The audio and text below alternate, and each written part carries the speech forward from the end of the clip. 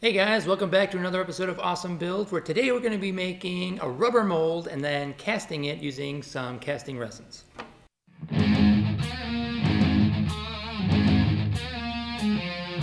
So first off, what's the purpose of making a mold? Well, as you saw in some of my past videos, like where we stabbed Malcolm in the eye with that pen and blood had to squirt out and stuff, I had to make a prosthetic. So I made a rigid mold using plaster, and then I could pour latex into it, pull out the latex, and then use that prosthetic. I basically did the same thing when I had to build the prosthetics for Doug when he did the Planet of the Apes review.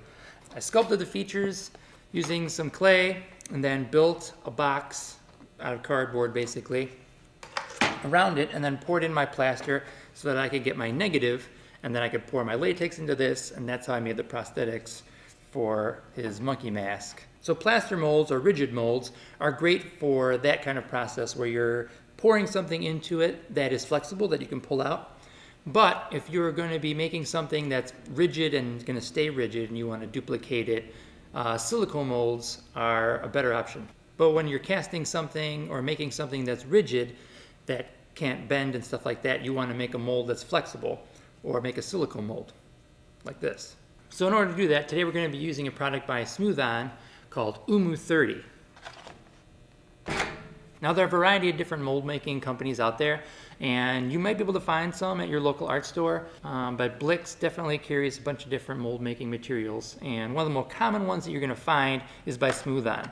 Now Smooth On carries a lot of different products that are great for beginners and professionals. So today we're just going to be making a one-part mold, which is just like this, or these are just one-part molds. With a two-part mold, you have two separate pieces that you can pour your plastic into, and then you have a three-dimensional copy of whatever it is you want to make.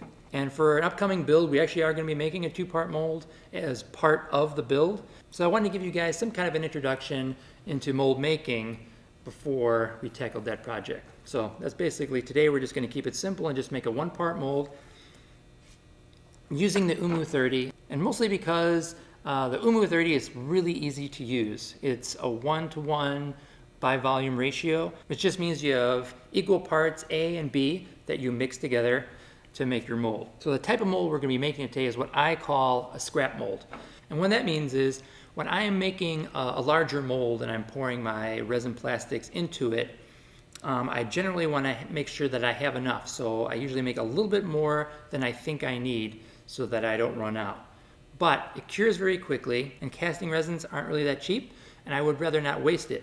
So I create a series of these scrap molds where I can pour the excess resin plastic into it and let it cure, and then I have some of these random parts and stuff like that that I can use for other builds and other stuff down the line.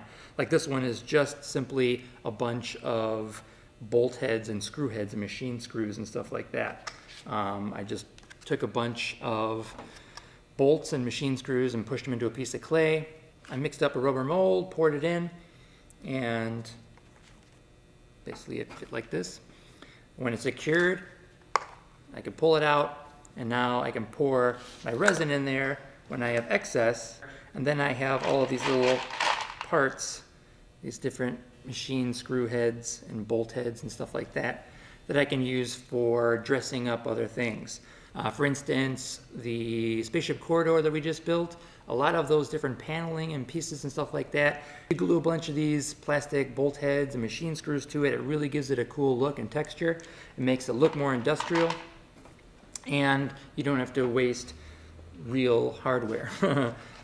So essentially that's what we're going to be doing today. We're going to be making just another scrap mold. Instead, we're going to be making a box using some scrap foam board, and we'll glue our objects down to it, make the box using some hot glue, seal it up so that it's sealed tight, pour in our mold, and then give it about a day to cure, and then we're going to open it up and see what we've got. So we're just going to be using a bunch of these random scrap plastic pieces and stuff like that. I've got like half of a wall anchor that has an interesting shape and stuff like that. That's cool. It's flat on one side.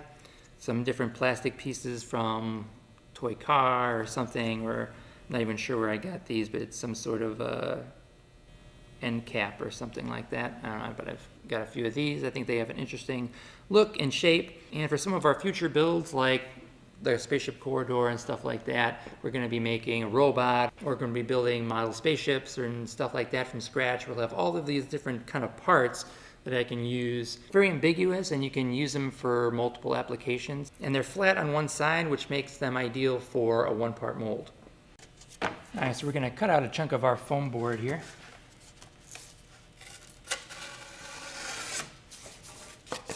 That we can glue our pieces onto and then make our walls.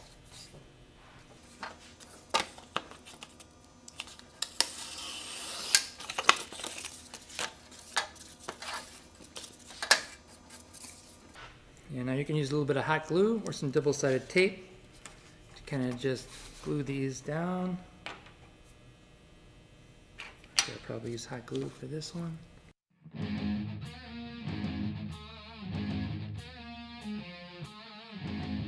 I'm going to seal up all my edges so that when we pour our liquid rubber into it, it doesn't seep out.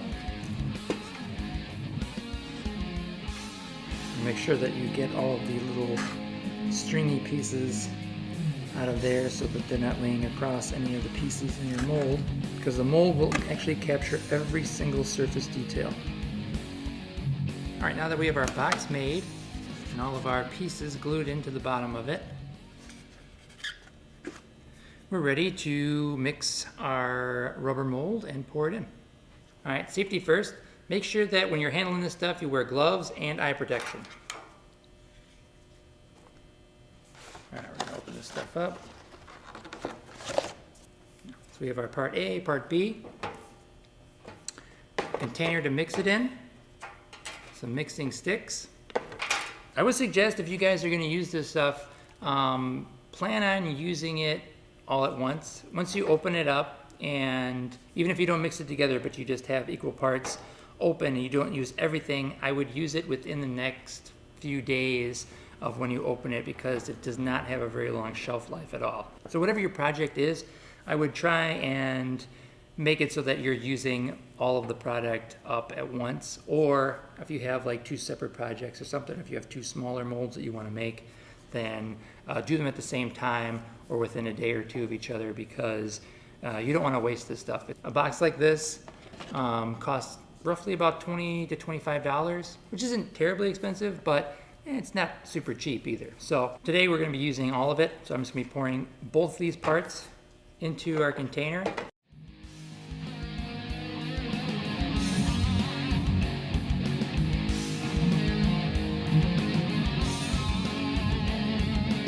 And you want to make sure you mix until you have a solid color. Now these two make kind of like a purplish bluish color. You don't want any marbling. We're going to pour it into our box, and make sure you pour it into just one corner very slowly.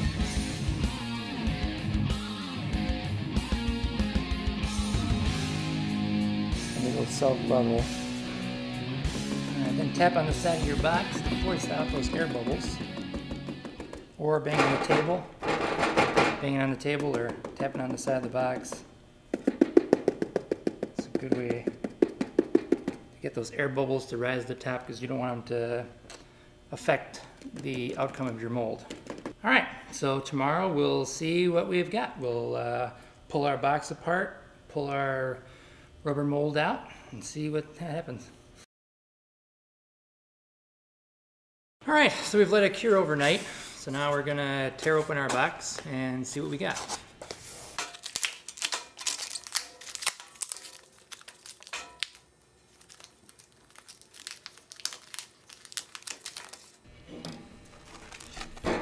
Yeah, so we've got our pieces here we can pull out of our mold.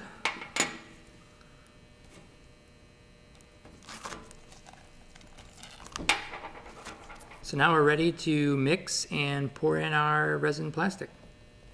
All right, so what we're going to be using is Smooth Cast 325. It's another 1-to-1 by volume ratio of parts A and B. And so it's super easy to use, really easy to mix up and stuff like that. And the reason why we're using the 325 is because you can add pigment to it. You can add a colorant. I'm going to be adding a little bit of black to it. If you don't have to add any colorant to it, you can just use it. It comes out kind of with a little bit of a translucence to it. But then you can paint the surface any color you want. Doesn't really matter. So, but all right, so let's start mixing. All right, don't forget your gloves and your safety goggles, just in case there's any splash. You definitely want to wear gloves. You want to touch this stuff with your bare hands till after it cures. So again, we're just going to add equal parts of A and B into some cups. And I'm going to add a little bit of the colorant into part B before we mix. And then once we mix it up into a separate cup, get a good mix going, pour it right into our mold. And about 20 minutes to a half hour, we should have a pretty good cured mold. All right, let's do it.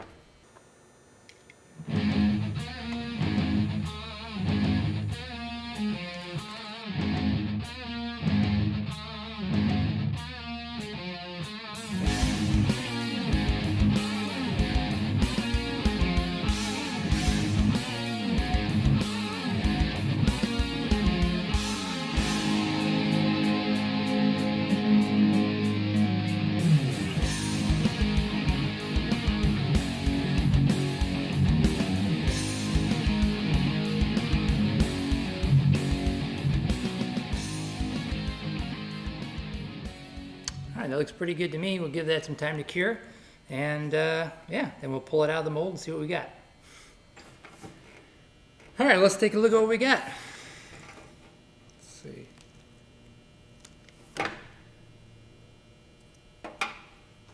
Pretty good.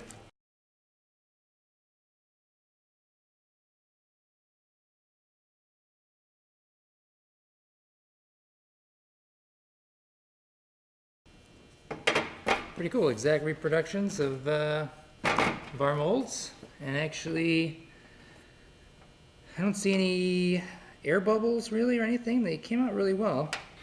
You can see it matched up to here's the original piece. And here's the one that we just made. Yeah, so these will be nice parts then to add to some other project. If I need little extra spare parts or whatever, these will be nice to have. And as I said, this will be a nice kind of scrap mold that I can use to pour some of my excess casting material into when I'm making something else. Once again, I hope you guys found this somewhat informative or entertaining, and I hope it inspires you guys to go out and do some stuff of your own. Make some molds, make some castings. It's pretty cool.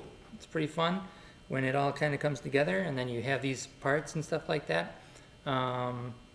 You can do it for scratch building or model building and stuff like that. You can actually, it's kind of fun when you sculpt something yourself, and then you make a mold of it, and then you can pour and cast it, and then you can have duplicates of something that you created, which is pretty cool. Once again, guys, thanks so much for watching. You guys are awesome, and don't forget to look me up on Facebook at James Jim J. Ross.